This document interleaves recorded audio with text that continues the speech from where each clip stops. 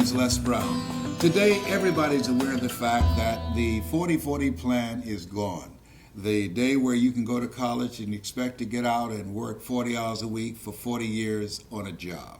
It's a brand new day. There's no such thing as job security. And even if you are working a job, studies indicating that people are doing 2 and 3 jobs for one paycheck. Today we have the opportunity to interview a speaker, an author, an individual who has written a book called Instant Entrepreneur. This has been called the entrepreneur's age. Ralph Waldo Emerson referred to this age as the age of self-reliance. Her name is Michelle Anton. Michelle, thank you so very much. How are you? I'm great. Thank you, Les, for having me. Listen, I would like for you to give us some information about or some insight about an instant entrepreneur.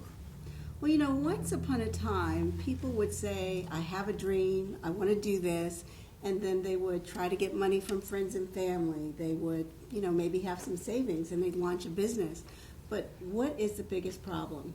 Finding the customers. Yes. So the reason people are now able to become an overnight success is because there are all kind of companies that are now, every day there's a new company you hear about.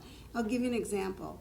Let's say your dream is to have your own limousine company, but that's going to cost a lot of money. Yes. So there's a company called Uber. Uber has the people who are looking to be driven around. Okay. So if you have a license, you have a good driving record, you have a decent car, because you can't come with a little soup can. Right.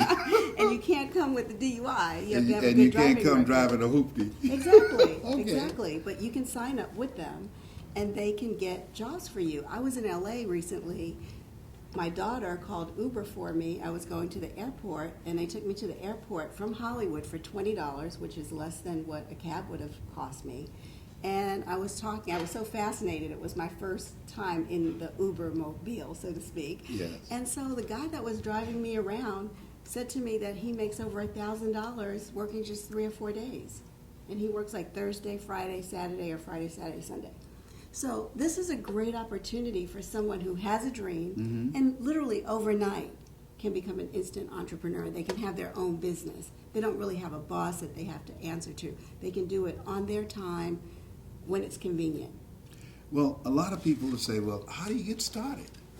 Well, there are a lot of sites, and we'll talk about that in a minute, but each site you can go to, and the thing that I love is as soon as you get to the site, they give you an opportunity to say you want the service or say you want to be the provider of the service. So there are guidelines, and each company is different, but they do have guidelines, and you can just sign up online. When did you decide that I need to become an entrepreneur? You know what? I have always had this entrepreneurial spirit. From a little girl, I would ask my mother what jewelry she didn't want, and then I would try to sell it to people. Okay, to the neighbors. Yeah, exactly, and friends. So I've always had this drive to be an entrepreneur, but I've always had a day job. Okay. And I call a day job J-O-B, just over broke. And a lot of us know about that. Right. So it's something that has always been in my heart, but trying to get started has always been like that hurdle. Like, how do you go from having a dream to launching into a full-fledged entrepreneur who's able to monetize what they have? Because being an entrepreneur, starting a business, it's like being married. And what's the marriage and divorce rate? It's like at, what, 40 to 50%? Okay. Yes. So that's pretty much what happens with a lot of businesses. They don't make it.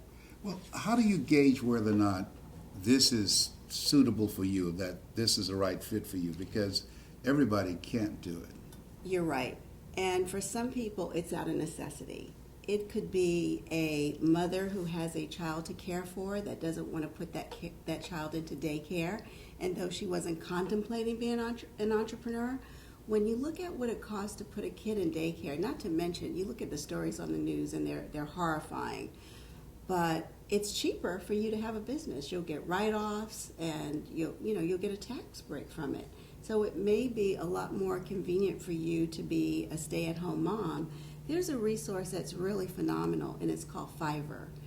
And Fiverr, Fiverr.com, is a company that lets people provide services, and they get paid $5. And a lot of people laugh at that. They say, oh, that's a joke. How are you going to make money? But if you do go to Fiverr, what you'll notice is they have a section of their success stories. And the success stories are people who have provided services on Fiverr and who have been able to make anywhere from tens of thousands to a six-figure income.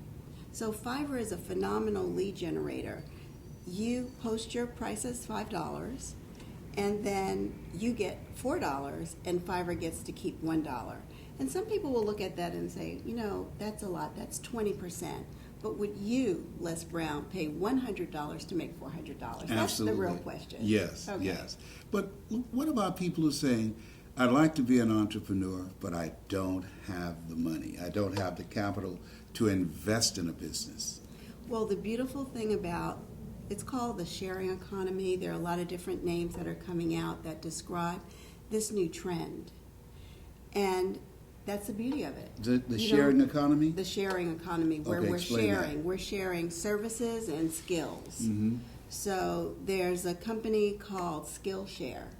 So let's say your skill is that you're a great tennis player. Or in your case, you're a phenomenal speaker.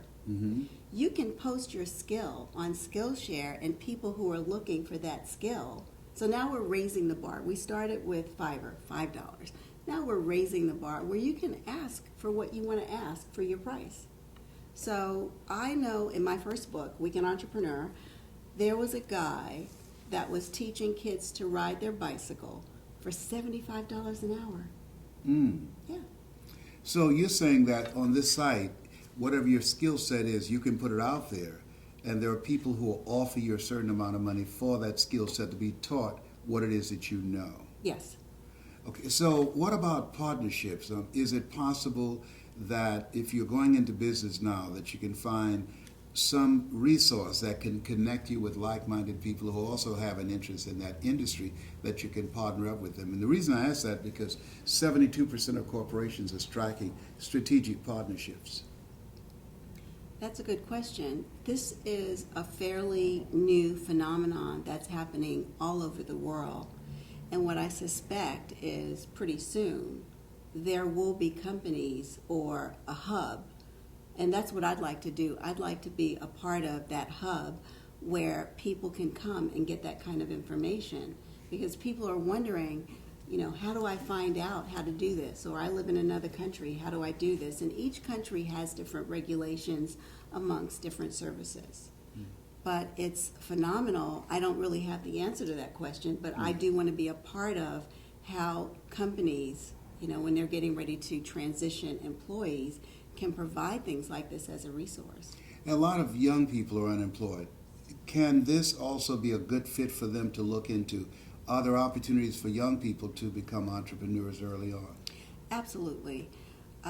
Let's say, kids are on Instagram and they're making posters and they're designing, different graphics and all kinds of things all the time. So you can show them these resources. This is really a matter of looking at what the resources are that are available and then saying, what's my gift? I was reading an article about a service in New York, and a lot of these places will pop up in a populated city and then branch out to other cities. So in this particular case, there's a company that takes chefs, personal chefs. Mm-hmm. So if they're out of work or they're not working or they're working part-time, these personal chefs are making incredible meals, and people, just like they would order takeout, they're ordering from these personal chefs. And I believe that company is called Mealku, Mealku. Okay. So they're all kind of, even alcohol. There's an app for alcohol, and they will deliver to you. Oh my goodness. Yeah. They say recessions restores resourcefulness. So you're saying that entrepreneurs are resourceful and they're looking for creative ways in which they can generate income for themselves and do it at their own pace, at their own leisure, and using their time whenever they so desire. Exactly. And again, we're talking, you have a skill or a talent that you can provide, and you go to these different companies that have the audience, and that audience is hungry, because I know you talk about you got to be hungry. Right, got to be hungry. Okay, so they have the hungry audience, and that hungry audience is looking for what you have. So it actually gives you an opportunity to really hone your skill, perfect it, get feedback, even if you have a spare bedroom. There are a lot of parents that their kids have gone off to school And you've probably seen the commercial where the kid comes home from school and they're looking for their room, and they've converted that room into something else. Right. You know? Right. And so now parents or anybody who may have an extra room, they can rent that room out, or let's say you have a one-bedroom, you can go stay at a friend's house. So you're saying now that if a person has a passion and some talent or gift or knowledge, they can now monetize that now, and it's easier than ever before because of the internet? Yes, you can. No. Yes. Because that gives you access to audiences Let's everywhere. pretend I talk to people who want branding and, all kinds of things. They want a logo. Now, I can't do that. Mhm. I am not that person. But I bet you I can tell them that I can do it all. Go on Fiverr, get it for $5, charge them $75 for a logo, or charge them hundreds of dollars for a logo and get it for $5 and sell it to them. Look at that profit. Wow. It's a lot of ingenuity here. So now this is a time for thinking, being creative, and using an instrument that's available to us that allows you to connect with people around the world to start a global business. Absolutely. You know how people were really upset when big companies were outsourcing? Yes. Well, now we've taken that into our own hands with these companies, and now we're just outsourcing amongst each other. We're outsourcing amongst each other our skills, our talents, our products. So that makes it possible for people who have inventions to find people to invest in that, as well as Absolutely. distributors, because I went into Walgreens and you could buy luggage, not just prescriptions. I know. You could buy clothes, all types of things. Exactly. So, But speaking of yes. inventors, you've got companies like Kickstarter, who people can go online and ask people to donate, and then they have to have an offer of what people will, well, I don't even want to say donate.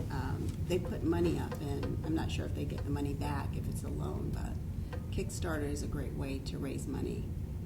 So what is the biggest advantage of being an entrepreneur in today's economy? Well, if you can't count on today's economy, You got to create your you've own. got to have something else. So this gives you a chance to focus on creating your personal economy. Exactly. For you to become self-sufficient, the real word here is sustainability.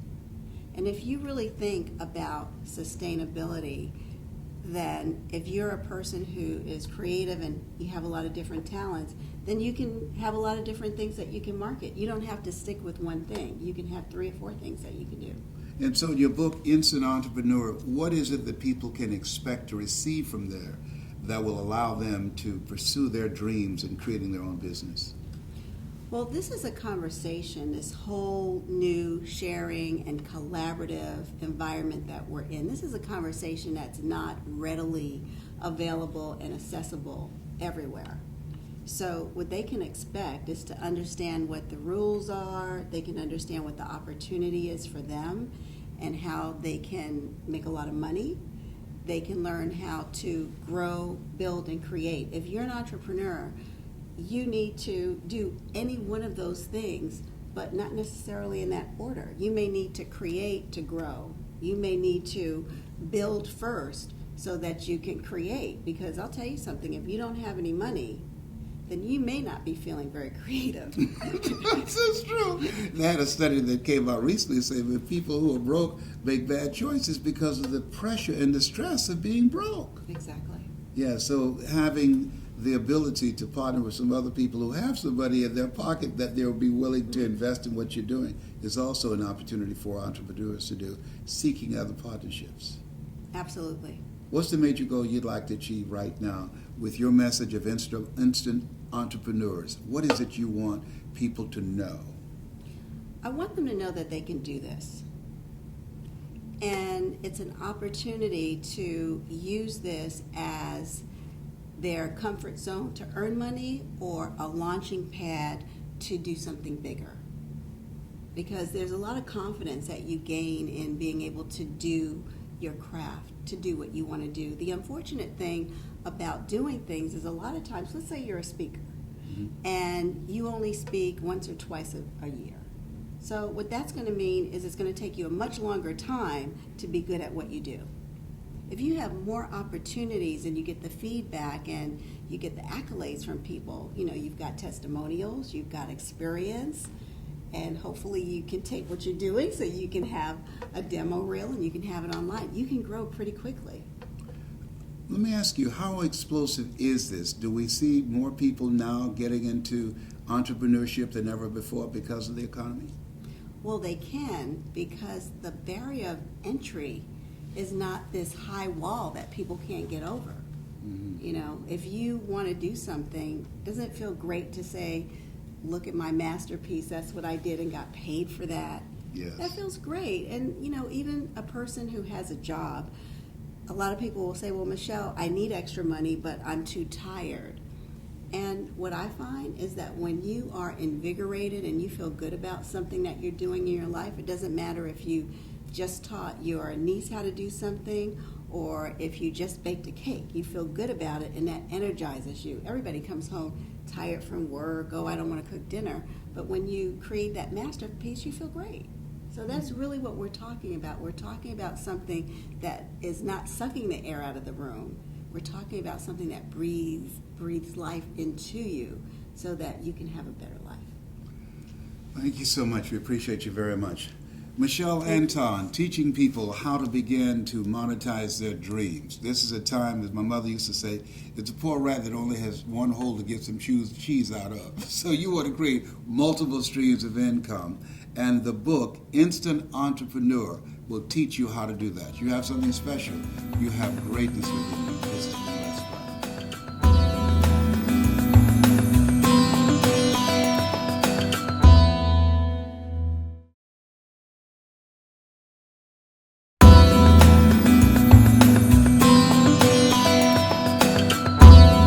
Welcome back. My name is Les Brown, and we've been talking with the author of the book, Instant Entrepreneur. Her name is Michelle Anton.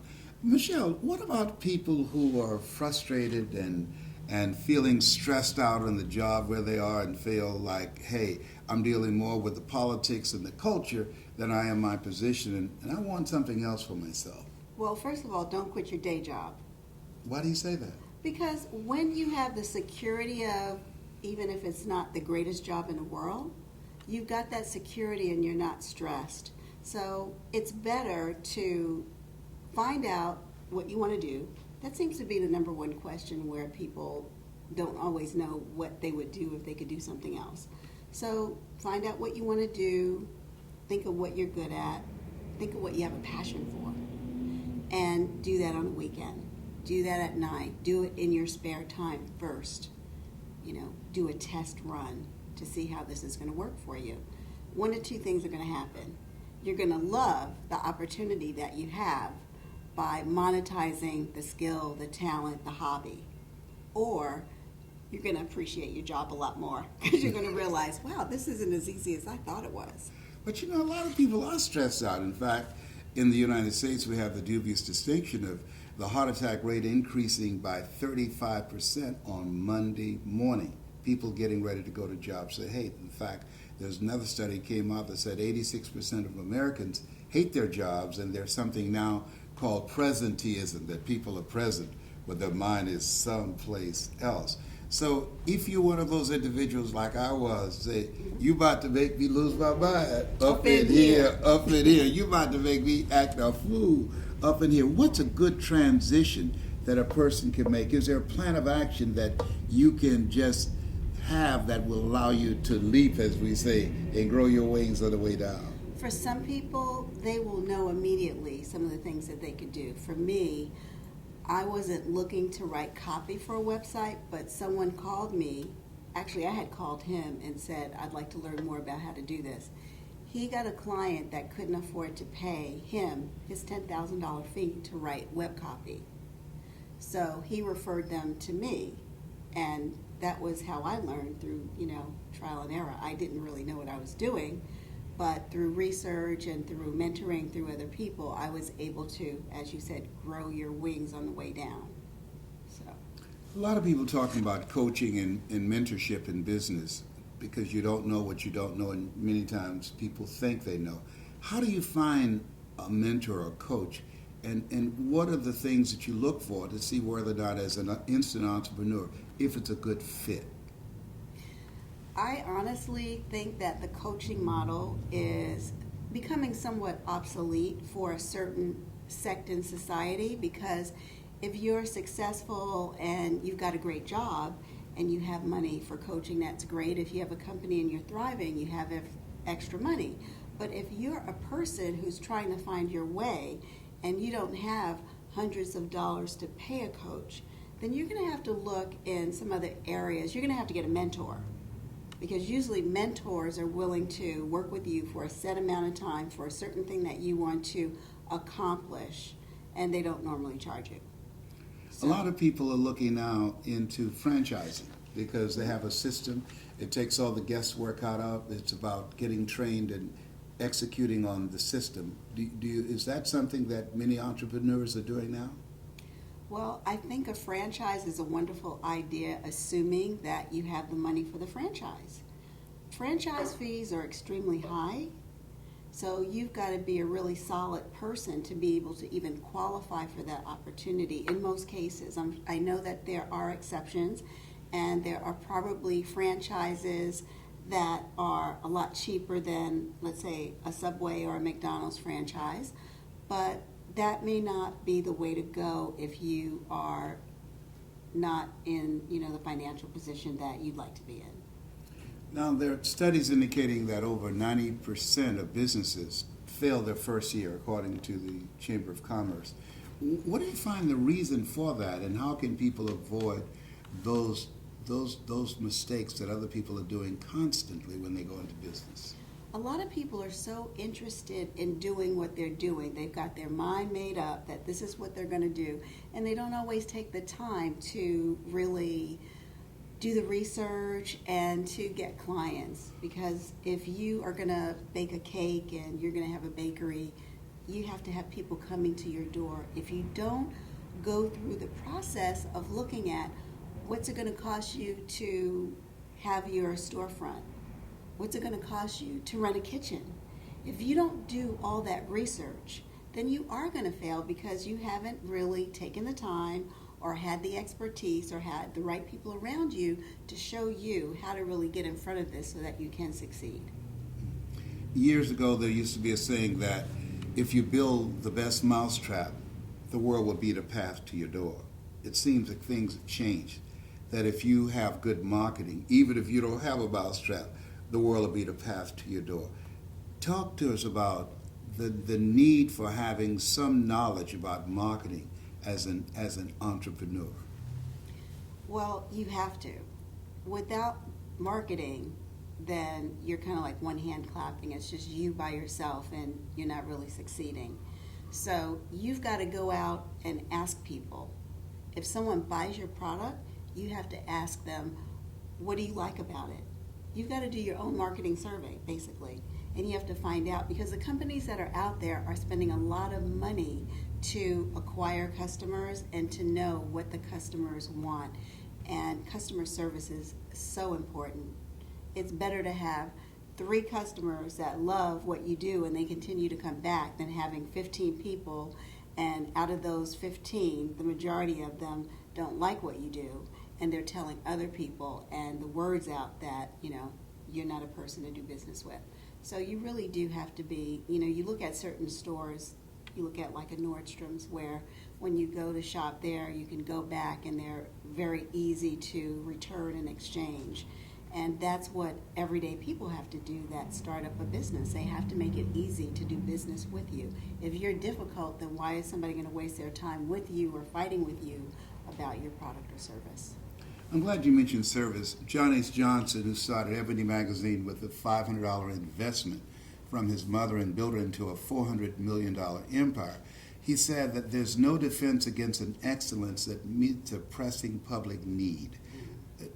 Talk about customer service, the customer experience in entrepreneurship, how important that is. The reason it's really important, besides the fact that it just makes good sense, is that right now people can go on a variety of different sites. If you take a trip and you're at a hotel and you don't like it, right there in the comfort of your room you can go on TripAdvisor. and you can post whatever your comments are, or if you have a negative review. If you go somewhere else, you go to a restaurant, you don't like it, you can go on Yelp and you can post a review. So right now, the climate that we're in is that the customer is king and queen because they get to have the last word. So it's just important. It's right up there with oxygen. So when you look at today, the instant entrepreneur, what about getting capital, finding investors? What's the process for that?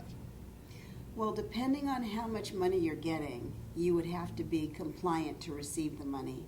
And so I don't want to get off on a whole thing about that. That's an area that, number one, I'm not an expert on raising capital, and there is information available online, but you can also go to, your SBA office, and they have people that are mentors who can help you, former business people that are retired, that can help you with your business, and you can learn more about raising capital. A lot of people looking at going into business with family members or friends. How do you know if that's a good choice to go in business with family members or friends? And is there any kind of evaluation process or counseling or coaching a person can get to say, well, this is not the right marriage? Because it really is a marriage when you go into business together. I think if there's a way that you can test drive the business before you have a formal agreement, that's a really good idea. The other thing is that you want to be in business with people that have skill sets that you may not have.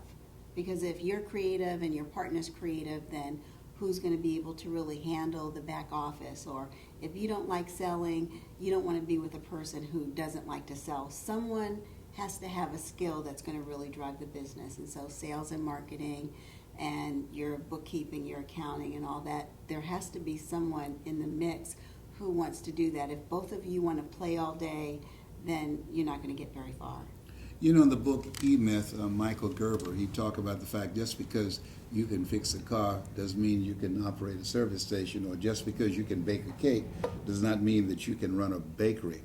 How do people find out what their strength is and then begin to bring into their relationship in that business someone who can have the strength where they're weak? Well, it's very inexpensive to get that information. I'm a huge advocate of Strength Finder, and you can go online or you can buy their books, and they give you a code in the back of the book where you can go online and take the test. So that's a great one. Another one that's fabulous is Kolbe, Kolbe. And I like that one because it gives certain distinctions about not only what your strength is, but the specific thing that you would do well, so you know where to focus. And I do think it's a wise decision when you are going into business with a person, or even dating, that you do find out what the person's particular strengths and weaknesses are, and if you're compatible. There are a lot of people looking at entrepreneurship as far as multi-level marketing is concerned. What do you think about that structure? A lot of people now looking at that as it's something to plug into, and many have been around for years, like Mary Kay and Amway. Well, I think you got to do your research, because if you're looking at a company that's selling shakes and you can go to the vitamin store in your neighborhood and buy a shake for $20, I don't know that you're going to think it's worth it to buy a shake for $75. So you really have to make sure that you have a breakout product. What I do like about that business model, it's kind of like a business in a box. Mm-hmm. So they've done the marketing, they have the flyers, they have all the things for you to get out there, and you have a team. So there are things that are great about certain companies, and then there are things that aren't. If you're a person who doesn't want to really get out on the front line and meet people, eye to eye, and talk to them about what you're excited about selling them, it really might not be a great fit for you. So you have to look at who you are, you have to look at who the product is, and you also have to figure out, is the company at a point where you can still make money? Because some companies get to a point of saturation where the money that you could make isn't really available now. It was available once upon a time. So there's going to be a lot of research that any person that's considering getting into network marketing would want to look at. What do you see as the greatest barrier to people becoming entrepreneurs? Because I know in my case, I didn't attempt to do it for 14 years. I didn't believe in myself, and I thought I needed a college education. I still don't. But the main thing I saw was my fear, the fear of failure. Mhm. How big is that for most people? Fear is pretty big because once you claim that you're an entrepreneur, a lot of people are closet entrepreneurs. Okay. They kind of hide out and they don't really tell people that they're entrepreneurs. So you don't want to say that you're something, and then when you see your friends and your family, they're saying, hey, how's that going? And deep down inside, you know that they don't believe in you. Yes. So there is a lot of fear. There's fear of failure, but I do believe there's also fear of success, because with success, you know, it comes the haters and people who are now jealous and angry that you've gotten further than they have. So I think it's a slippery slope at best, but don't die with your dream inside of you. At the end of the day, if you really have this burning desire that you want to do something, you want to be an entrepreneur, you don't want that job, just over broke job, then I say jump out there, because it's easier now than ever based on this whole new trend, which is collaborating with people, sharing with people. And there's an opportunity that, quite frankly, has never been there before. People are paying their mortgages with companies like Airbnb, where you can rent out your spare bedroom or even rent out your apartment and go stay at your friend's house for a few days, or just pay your rent. People are now able to survive and get by. I'd like to know if there is a sliding scale of what people are earning as entrepreneurs. I mean, has somebody been able to calculate that? I don't know. That's an excellent question. Mm-hmm. Yeah. Because I wonder, you know, can people look to make 4 or 5 times more than what they're earning now on the job that they're working? Well, if you look at, there's a company called Udemy, Udemy, and if you can teach a course, you can register with them. They have a section on their website, or you can just Google their 10 top earners, and they have wonderful success stories. The thing that I like about that particular information that I found online was that you can think about, what do I have to offer that could be similar or different or better? The last time I checked, I believe their split in terms of how much money you make is something like maybe 70-30. So you would make the 70%, they would make the 30%. However, what I really love about their model, and I don't know if it's changed because things are changing and evolving all the time, but if you bring your own audience to them, then you get 100% of those people who take your course. So you can teach things. Let's say you're a teacher and you're not working, or you have certain techniques to tutor kids and, you know, or adults. You can provide these services on Udemy, and they do have tutorials on how to get started. They have a lot of information. Some people teach their classes for free as well. Michelle Anton, the author of Instant Entrepreneur. You know, one of the things about an entrepreneur, you got to be a risk taker. Viscott said, if you're not willing to risk, you cannot grow. And if you cannot grow, you cannot become your best. And if you cannot become your best, you can't be happy. And if you can't be happy, then what else is there? Thank you, and all the success to you in your new book. And I know there'll be many entrepreneurs as a result of your coaching that will decide to leap and take a chance on themselves. You have something special. You have greatness within you. This has been Les Brown. This is Mamie Brown's Baby Brown.